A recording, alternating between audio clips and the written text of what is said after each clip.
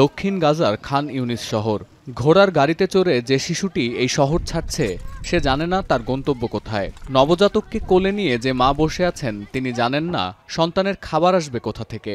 যে বৃদ্ধা জীবনের সবগুলো বসন্ত কাটিয়েছেন এই উপত্যকায় তিনিও জানেন না আর কোনোদিন ফেরা হবে কিনা এই শহরে। আল মাওয়াসি শহরে 2 ফিলিস্তিনির মৃত্যুর পর দক্ষিণ গাজা থেকে আবারও বাসিন্দাদের সরে যাওয়ার নির্দেশ দিয়েছে ইসরায়েল। তারা বলছে যে কোনো সময় এই এলাকায় মর্টার ও রকেট হামলা চালাতে পারে হামাস। বাসিন্দাদের নিরাপত্তা দিতেই এই সিদ্ধান্ত নেওয়া হয়েছে। যুদ্ধবিধ্বস্ত উপত্যকাটিতে খাদ্য, পানি ও ওষুধের সংকট ছিল যুদ্ধের শুরু থেকেই। পুষ্টিহীনতা ও চর্মরোগে ভুগছে অসংখ্য শিশু। আর এখন চোখ রাঙাচ্ছে মহামারীর আতঙ্ক।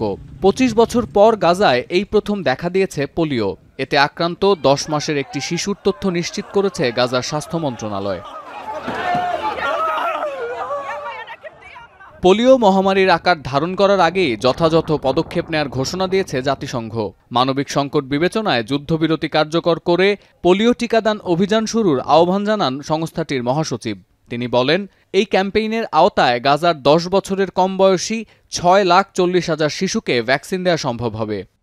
In recent weeks, the polio virus has been detected in wastewater samples in Khan Yunis and Deir al-Balah. That means the virus is now circulated. এদিকে বারবার ভেস্তে যাওয়া যুদ্ধবিরতির আলোচনা থেকে এবার একটি সমাধানে আসার বিষয়ে আশাবাদ জানিয়েছে মধ্যস্থতাকারী দেশ যুক্তরাষ্ট্র, মিশর ও কাতার।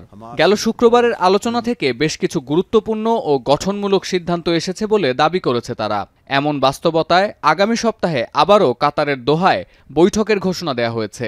এছাড়া আলোচনা থেকে একটি সমঝোতায় পৌঁছাতে ইসরায়েল সফরে যাচ্ছেন মার্কিন পররাষ্ট্রমন্ত্রী অ্যান্টনি ব্লিনকেন। গাজায় যুদ্ধবিরতির বিষয়ে মধ্যস্থতাকারীদের পক্ষ থেকে এর আগে অসংখ্যবার ইতিবাচক মন্তব্য করা হলেও ইসরায়েল হামাসের বিরোধিতায় বারবার পিছিয়েছে আলোচনার দিনক্ষণ।